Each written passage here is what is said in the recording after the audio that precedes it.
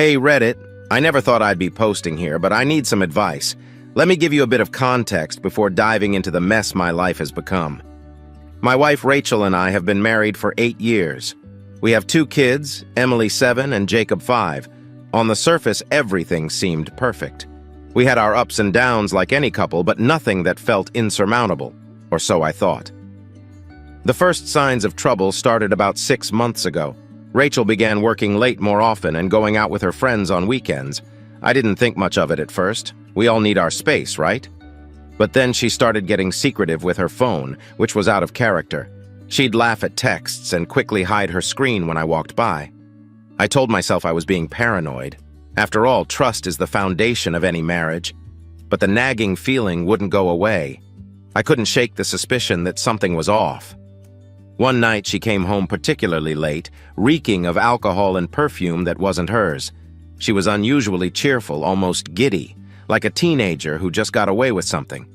When I asked about her night, she gave me a rehearsed-sounding story about drinks with coworkers. It didn't sit right with me. Things escalated a week later. I came back early from a work trip hoping to surprise her. Instead, I found our house empty. No Rachel, no kids. I called her and she picked up, sounding surprised and a bit annoyed. She claimed she was out with the kids at the park. It was strange, though, because she didn't mention any of it before I left. When she returned home, she seemed flustered to see me. The kids ran to me, excited to share their day. But Rachel looked like she'd seen a ghost. I knew then that something was seriously wrong. I started paying more attention to the details. There were too many coincidences, too many stories that didn't quite add up. My gut told me to dig deeper, so I did. I went through her phone when she was asleep. I found texts from someone named Mike that made my heart sink. Flirty, intimate messages that left no room for doubt. She was having an affair. The discovery hit me like a freight train. My initial shock quickly turned to rage. I wanted to confront her right then and there, but I knew I needed to gather more evidence. I needed to be sure, and I needed a plan. I spent the next few days in a haze, barely able to focus on work or the kids. My mind was consumed with Rachel's betrayal. Every time I looked at her, all I could see was the woman who had broken our vows, who had lied to my face. But I kept my cool. I needed to be smart about this. I started by digging deeper into Rachel's digital life. I knew her phone password, so I went through her messages, her emails, her social media accounts. What I found made my blood boil. There were countless messages between her and Mike, each one more explicit than the last. They talked about meeting up, about the things they did together, things she hadn't done with me in years. It was like reading a nightmare. But the worst part was finding out how long this had been going on. The messages dated back over a year of lies, a year of deception. I felt like an idiot for not seeing it sooner. How could I have been so blind? I took screenshots of everything and saved them. I knew I'd need proof when the time came to confront her, but I couldn't stop there. I needed to know who this Mike guy was. A quick search of his number revealed he was a coworker of Rachel's. It made sense now, all the late nights at the office, all the weekends she claimed to be working on projects. She was with him. The more I uncovered, the angrier I became. It wasn't just the cheating that hurt, it was the lies, the complete disregard for our family. I thought about our kids, how this would affect them. They adored their mother, and the thought of tearing their world apart killed me. But I couldn't let this continue. I needed to confront her and put an end to this nightmare. I decided to bide my time and wait for the perfect moment. I wanted her to feel the full weight of her actions. So I started planning. I thought about what I would say, how I would react. I wanted to stay calm, to show her I was in control. I wouldn't let her see how much she had hurt me. Then the opportunity presented itself. Rachel had a girls' night out planned, or so she said. I knew better now. I told her I'd take the kids to my parents for the weekend. She seemed relieved, almost too eager for us to leave. Little did she know, I had no intention of going anywhere. That Friday night, I packed up the kids and pretended to leave. We drove around for a bit, grabbed some dinner, and then I took them to my parents. I asked them to watch the kids for the night, saying Rachel and I needed to talk. They sensed something was wrong, but didn't press me for details. I headed back home, my heart pounding in my chest. I parked a few blocks away and walked back to the house. I let myself in quietly and waited in the living room. Around midnight, Rachel stumbled through the door, looking disheveled and reeking of Mike's cologne. She was laughing, clearly having had a good time, but her smile faded the moment she saw me sitting there. "Where are the kids?" she asked, her voice laced with confusion and a hint of fear. "Safe," I replied, standing up. "We need to talk." Rachel's face went pale, and she stumbled slightly as she kicked off her heels. "What's going on, Mark?" she asked, trying to sound casual but failing miserably. I took a deep breath, trying to steady the storm of emotions raging inside me. "I know, Rachel, I know about you and Mike." Her eyes widened, and she opened her mouth to speak, but no words came out. She was like a deer caught in headlights. Finally, she managed to stammer, "I don't know what you're talking about. Don't lie to me!" I shouted, my voice echoing through the house. I pulled out my phone and showed her the screenshots of her messages with Mike. "I found these. I know everything." She stared at the screen, her face contorting with anger. "You went through my phone? How dare you invade my privacy? Invade your privacy?" I couldn't believe what I was hearing. "You've been lying to me for over a year, cheating on me, and you're worried about your privacy?" Rachel's expression shifted from anger to defiance. "Yes, I was with Mike, so what? Our marriage was falling apart anyway. You never had time for me, you never listened. I found someone who actually cares." Her words cut deep, but I wasn't about to let her shift the blame onto me. "That's bullshit, Rachel. We had problems, sure, but that doesn't justify what you did. You could have talked to me, we could have worked things out. Instead, you chose to cheat." Rachel crossed her arms, her eyes cold. "Maybe if you were a better husband, I wouldn't have needed to." I felt like I'd been punched in the gut. Her callousness was staggering. "Is that really how you feel? That I'm to blame for your affair?" She shrugged. "I don't know, Mark. Maybe it's both of us. But what's done is done. Where do we go from here?" I took a step back, trying to process everything. Part of me wanted to scream, to throw her out of the house and never look back. But then I thought about Emily and Jacob. They deserved better than a screaming match. "We go to counseling, Rachel. We try to fix this for the kids' sake." Rachel laughed, a bitter, mocking sound. "Counseling? You really think that's going to fix anything?" "I don't know," I admitted, feeling a wave of exhaustion wash over me. "But we owe it to our kids to try." She looked at me for a long moment, then sighed. "Fine. We'll try counseling. But don't expect miracles, Mark." As she walked past me to go upstairs, I felt a mix of anger, sadness, and a faint glimmer of hope. I didn't know if our marriage could survive this, but I knew I had to try for the sake of our family. This was just the beginning of what would be a long and painful journey. The days following that confrontation were some of the hardest of my life. Rachel and I barely spoke, and when we did, it was strained and awkward. I slept in the guest room, not wanting to be anywhere near her. The kids noticed the tension, but I did my best to keep things normal for them. It wasn't their fault their mother had torn our family apart.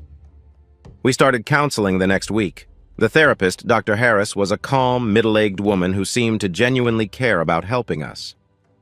In our first session, she asked us to talk about our feelings and the state of our marriage. Rachel was defensive from the start. "I just feel like Mark stopped caring a long time ago," she said, her arms crossed and her eyes avoiding mine. "He was always working, always too busy. Mike made me feel alive again. I could feel my blood boiling, but I forced myself to stay calm. I was working to support our family, Rachel. I thought we were a team. You never once told me you were unhappy. You just betrayed me." Dr. Harris intervened before the argument could escalate. "It's clear there's a lot of hurt and anger here. Mark, it's important to acknowledge Rachel's feelings, even if you disagree with her actions. And Rachel, you need to understand the depth of Mark's pain." Rachel rolled her eyes but muttered, "I'm sorry, Mark. I didn't mean to hurt you." Her apology felt hollow, but I accepted it. "I'm sorry too, Rachel. I'm sorry I wasn't there for you the way you needed. But you should have told me." The sessions continued, but progress was slow. Rachel often seemed detached, like she wasn't fully committed to the process. Meanwhile, I was grappling with a whirlwind of emotions, anger, betrayal, sadness. I wanted to fix things for the kids, but I was starting to wonder if it was even possible. One evening, a few weeks into counseling, I came home from work to find Rachel on the phone. She quickly hung up when she saw me, a guilty look on her face. My heart sank. "Who were you talking to?" I asked, fearing the worst. "Nobody. she said, too quickly. Just a friend. I didn't believe her for a second. Was it Mike? She hesitated, then nodded. He just wanted to see how I was doing. It's nothing, Mark. Nothing? I felt a surge of anger. You're still in contact with him? After everything? Rachel's face hardened. He's a friend, Mark. I needed someone to talk to. I couldn't believe what I was hearing. We're supposed to be fixing our marriage, Rachel. How can we do that if you're still talking to the man you cheated with? She looked away, and for the first time I saw a flicker of doubt in her eyes. I'm sorry, she said quietly. I didn't think, VJ. You didn't think, I echoed, my voice trembling. You didn't think about me, about our kids, about anything. Rachel started to cry, but I couldn't find any sympathy left in me. You need to choose, Rachel. It's either him or us. You can't have both. She nodded, wiping her tears. I'll stop talking to him, I promise. But her promises meant nothing to me anymore. I felt like I was staring at a stranger, someone I no longer recognized. The woman I had loved and trusted was gone, replaced by someone I didn't know if I could ever forgive. That night, as I lay in the guest room, I wondered if I was fighting a losing battle. Maybe some things were too broken to fix, but I knew I had to try, for Emily and Jacob's sake, if nothing else. As the weeks dragged on, Rachel kept her promise and stopped contacting Mike. At least, that's what she said. I was still on high alert, suspicious of every move she made. Trust, once shattered, is hard to rebuild. Dr. Harris encouraged us to spend more time together, to reconnect. We started going on dates again, trying to remember what had drawn us together in the first place. One Friday evening, Rachel suggested we go out for dinner at a nice restaurant. I agreed, hoping this could be a turning point for us. We dropped the kids off at my parents' house and headed out. The evening started off well enough. We talked about lighter things, reminisced about the early days of our relationship, and for a brief moment, it felt like things might actually get better. But as the night wore on, Rachel's mood shifted. She became distant, her responses shorter, and she kept glancing at her phone. I tried to ignore it, but the nagging feeling in my gut wouldn't go away. Everything okay? I asked, trying to keep my voice steady. Yeah, just tired, she replied, but her eyes told a different story. On the drive home, the silence between us was deafening. When we got back, Rachel went straight to bed without a word. I sat in the living room, staring at the wall, feeling more alone than ever. Was this really what our marriage had come to? The next morning, Rachel was unusually quiet. I tried to engage her in conversation, but she seemed preoccupied.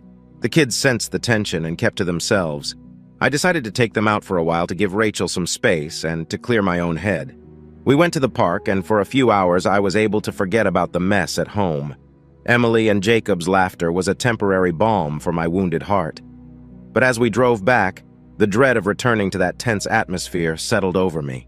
When we got home, I found Rachel in the kitchen, her eyes red and puffy. She'd been crying. My heart sank. Rachel, what's going on? I asked softly. She looked up at me, tears welling in her eyes again. I don't know, Mark. I don't know if I can do this anymore. The words hit me like a sledgehammer.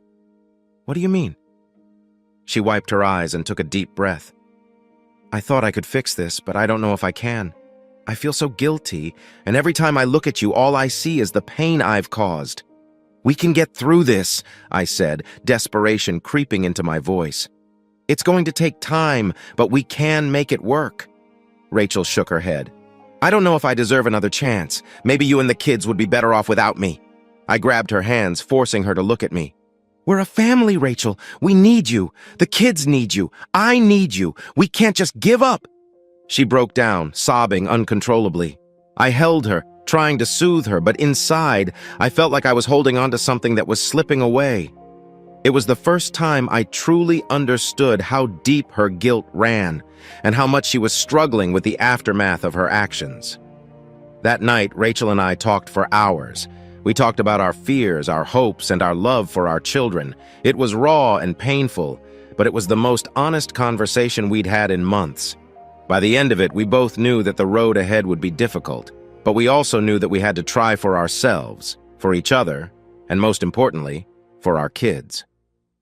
The next morning, we woke up with a renewed sense of purpose.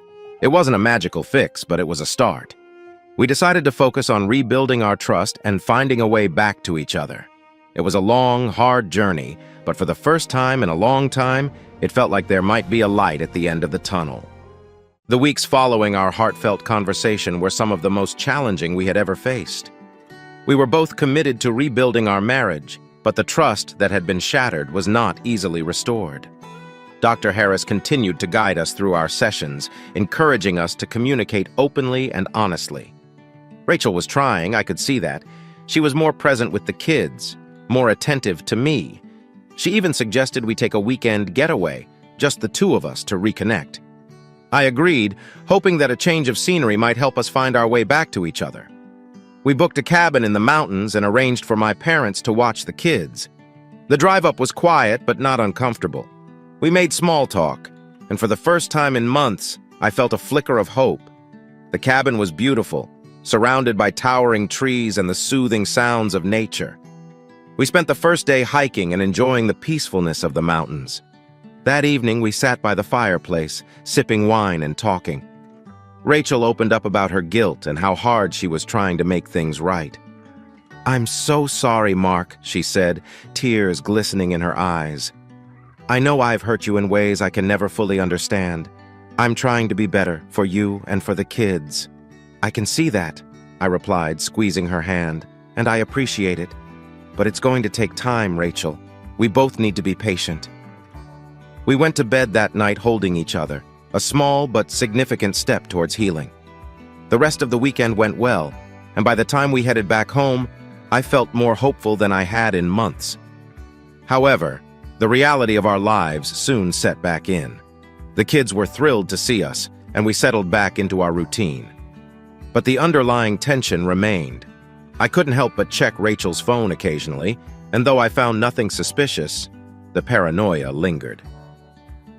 One evening, about a month after our getaway, Rachel came home from work looking unusually anxious. I could tell something was bothering her, but she didn't say anything during dinner. After the kids were in bed, I decided to confront her. "Rachel, is everything okay? You seem off tonight." She hesitated, biting her lip. "There's something I need to tell you, Mark." My heart sank. "What is it?" She took a deep breath. "Mike reached out to me today. He wanted to apologize and ask if we could still be friends. I felt a surge of anger and betrayal. And what did you say?" "I told him no," she said quickly. "I told him that I'm trying to fix my marriage and that I can't have any contact with him." I stared at her, searching her face for any sign of deceit. She looked sincere, but the mere fact that Mike had reached out shook me. "Why are you telling me this now?" "Because I want to be honest with you, Mark. I don't want to keep any secrets. I'm committed to us, and I need you to know that." Her words were reassuring, but the fear of another betrayal lingered. "I appreciate your honesty, Rachel, but you need to understand how hard this is for me. Every time something like this happens, it brings back all the pain." She nodded, tears streaming down her face. "I know, and I'm so sorry. I'll do whatever it takes to prove to you that I'm serious about making this work." We hugged, a fragile peace settling between us. The next few days were tense but manageable. We continued with counseling and tried to focus on the positive steps we were taking. Then, one afternoon, Rachel came home early from work, a worried look on her face. "Mark, we need to talk." "What is it now?" I asked, bracing myself for more bad news. "I think someone's been following me," she said, her voice trembling. "I've noticed a car parked near my office and our house, and it's been there too often to be a coincidence." A chill ran down my spine. "Did you get a good look at the driver?" She shook her head. "No, but I have a bad feeling about this. What if it's Mike?" The thought hadn't crossed my mind, but it made sense. Mike could be angry that Rachel cut him off and was trying to scare her. "We need to call the police," I said. Rachel nodded, looking relieved that I believed her. "I'll do it first thing in the morning." That night, we both slept uneasily, the fear of being watched hanging over us. We were trying to move forward, but it seemed like the past wasn't done with us yet. As I lay awake, I realized that our journey was far from over, and the challenges ahead might be even greater than what we had already faced. The next morning, Rachel called the police to report the suspicious car. They took her statement seriously and promised to keep an eye on the neighborhood. Meanwhile, we decided to be extra cautious, not letting the kids out of our sight and making sure all the doors and windows were locked. The following days were nerve-wracking. I found myself constantly looking over my shoulder, my paranoia intensifying. Rachel was visibly shaken as well, jumping at every little noise. Our attempts to rebuild trust and normalcy were being undermined by this new threat. One evening, as we were getting ready for bed, Rachel's phone rang. She glanced at the screen and her face went pale. "It's Mike," she whispered, showing me the caller ID. "Answer it," I said, my heart pounding. "Put it on speaker." Rachel hesitated, but then answered the call. "Hello, Rachel, it's Mike. We need to talk," came the voice on the other end, sounding more desperate than threatening. "There's nothing to talk about, Mike," Rachel said firmly. "I've told you I'm trying to fix my marriage. You need to stop contacting me. Please just hear me out," he pleaded. "I'm sorry for everything. I just need to explain myself." I grabbed the phone from Rachel, unable to contain my anger any longer. "Listen, Mike, you need to leave my wife alone. If you come near her or our family again, I will involve the police. Do you understand?"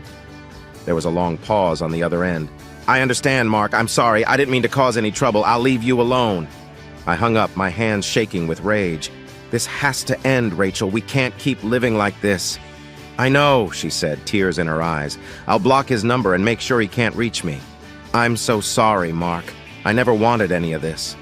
We spent the next few days trying to regain some semblance of normalcy. Rachel blocked Mike's number and deleted all his contact information. I kept a close eye on our surroundings, hoping the police presence would deter any further harassment. One night, about a week later, Rachel and I were sitting on the couch watching a movie after the kids had gone to bed. For the first time in a while, things felt almost normal. But then we heard a loud crash from outside. We both jumped up, my heart racing. I grabbed a baseball bat from the closet and motioned for Rachel to stay inside. I cautiously stepped out onto the porch, scanning the darkness. My eyes landed on the source of the Noisa brick wrapped in paper had been thrown through our living room window. I picked it up, my hands trembling, and unwrapped the paper. Scrawled in angry, messy handwriting were the words, "This isn't over." Rachel appeared at the door, her face pale. "What is it, Mark?" I handed her the note, my mind racing with fear and anger. "He's not giving up," I said, my voice tight. "We need to call the police again."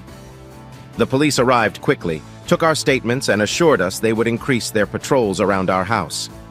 But their reassurances did little to calm our nerves. That night, neither Rachel nor I slept. We took turns watching the front door, the weight of our situation pressing down on us. The following day, I decided to take matters into my own hands.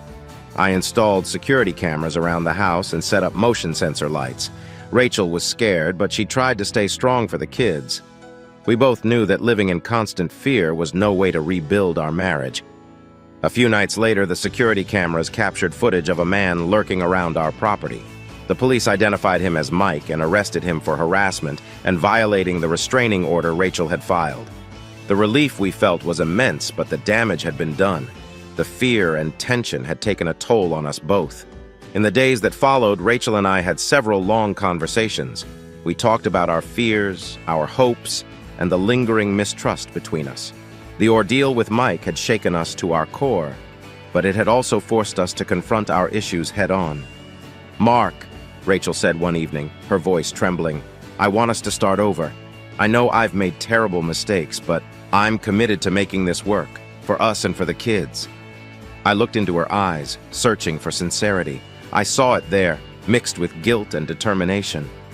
"I want that too, Rachel, but it's going to take time. We need to be patient with each other and rebuild what we've lost."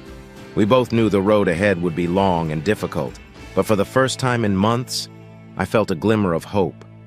We had faced a nightmare and come out the other side, battered but still standing. And maybe, just maybe, we could find a way to heal and move forward together.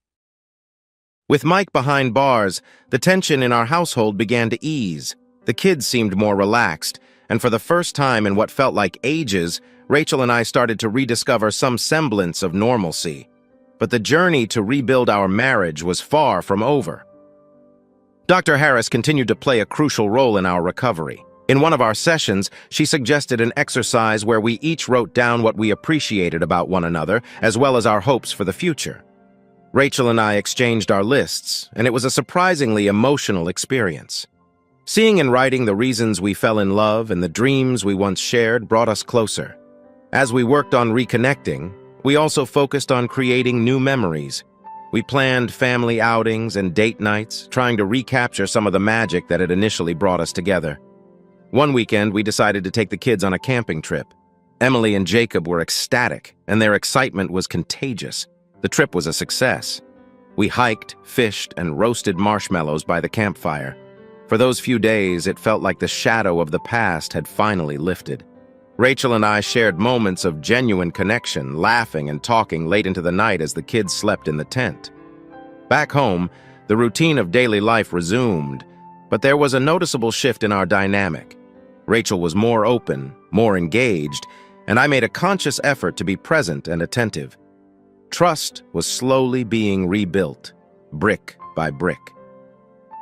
One evening, a few months after the camping trip, Rachel and I were sitting on the porch watching the sunset. The kids were playing in the yard, their laughter filling the air. It was one of those rare, perfect moments. "Mark," Rachel said softly, breaking the comfortable silence, "I need to tell you something." My heart skipped a beat. The last time she'd said those words, my world had turned upside down. "What is it?" She took a deep breath, her eyes fixed on the horizon. "I want to renew our vows." Her words took me by surprise. I hadn't expected this, but the more I thought about it, the more it made sense. Renewing our vows could be a way to symbolize our commitment to each other and our family. A fresh start.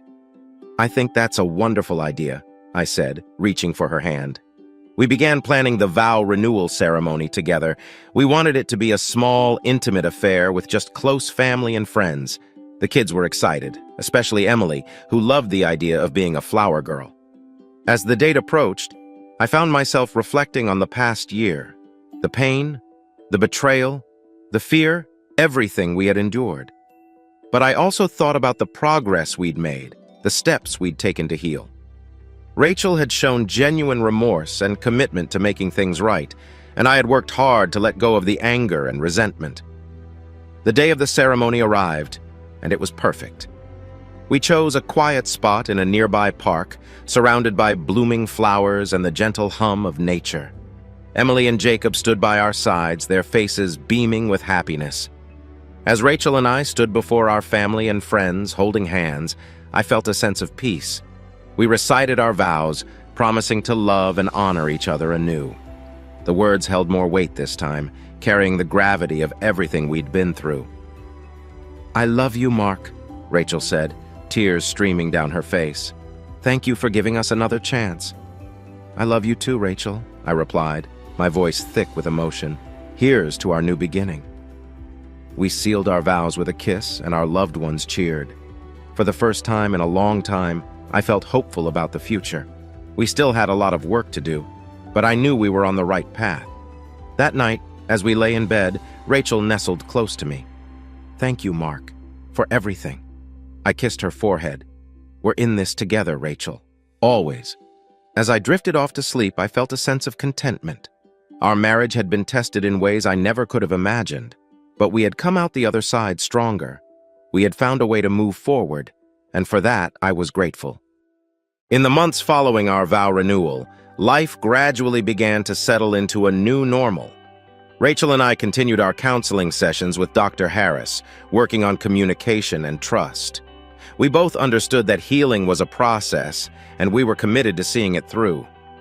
One day, I came home from work to find Rachel sitting on the porch, a thoughtful look on her face. She smiled as I approached, but I could tell something was on her mind. "Hey, what's up?" I asked, sitting down beside her. She sighed, running a hand through her hair. "I've been thinking a lot about us and everything we've been through. I know we've made progress, but there's something I need to get off my chest." I felt a pang of anxiety. "What is it?" Rachel looked at me, her eyes filled with sincerity. "I've been offered a promotion at work. It's a great opportunity, but it would require me to travel frequently. I'm worried about what it would mean for us and our family." I took a deep breath, considering her words. The idea of her being away so often was unsettling, but I didn't want to stand in the way of her career. "How do you feel about it?" "I'm excited but scared," she admitted. "I don't want to jeopardize everything we've worked so hard to rebuild. I want to make sure we're strong enough to handle this." I reached for her hand, squeezing it gently. "Rachel, I believe in us. We've come a long way, and I think we can handle anything as long as we communicate and stay committed to each other. If this promotion is something you want, then I support you." Tears welled up in her eyes. "Thank you, Mark. That means the world to me." Over the next few weeks, we discussed how we would manage her new schedule. We made a plan to keep in touch through regular video calls and set aside time for family activities whenever she was home.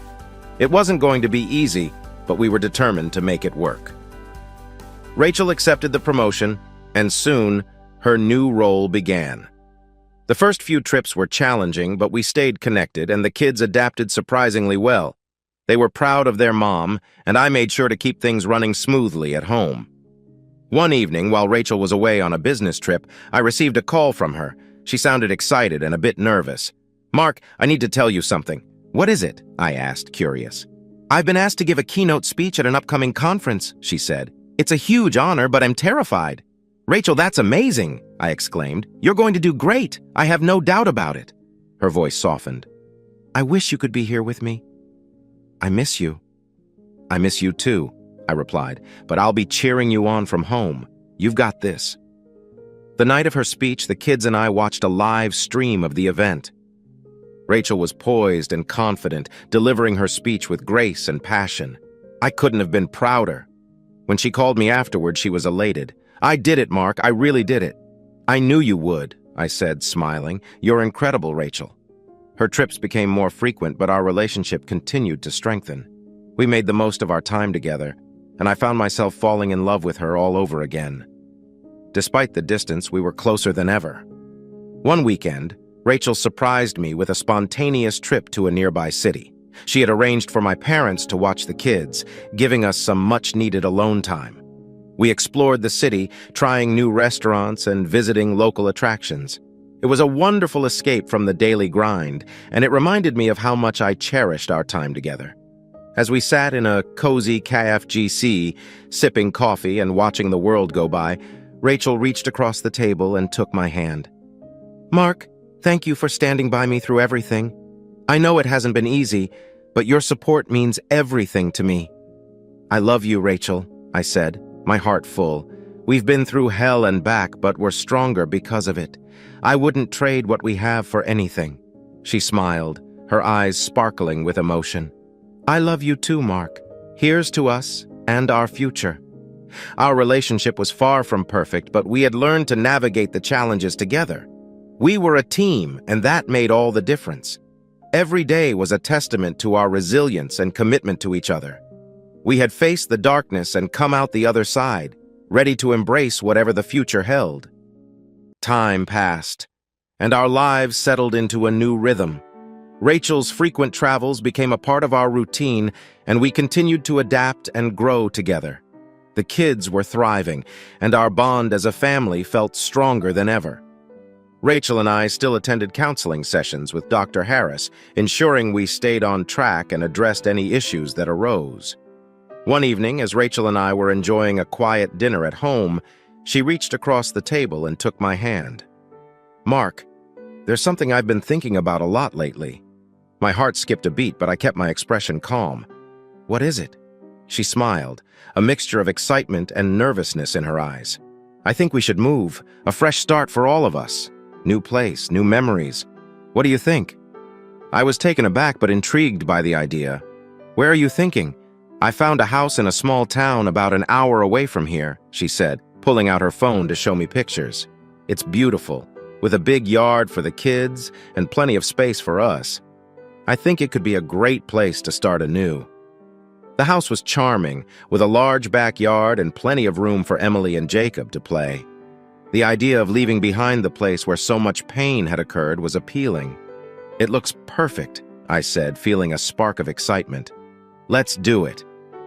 The decision to move was met with enthusiasm from the kids, and within a few months we were settled into our new home. The change of scenery brought a sense of renewal and hope. We spent weekends exploring the town, meeting new neighbors, and creating new memories. One day, while unpacking boxes in our new home, I came across an old photo album.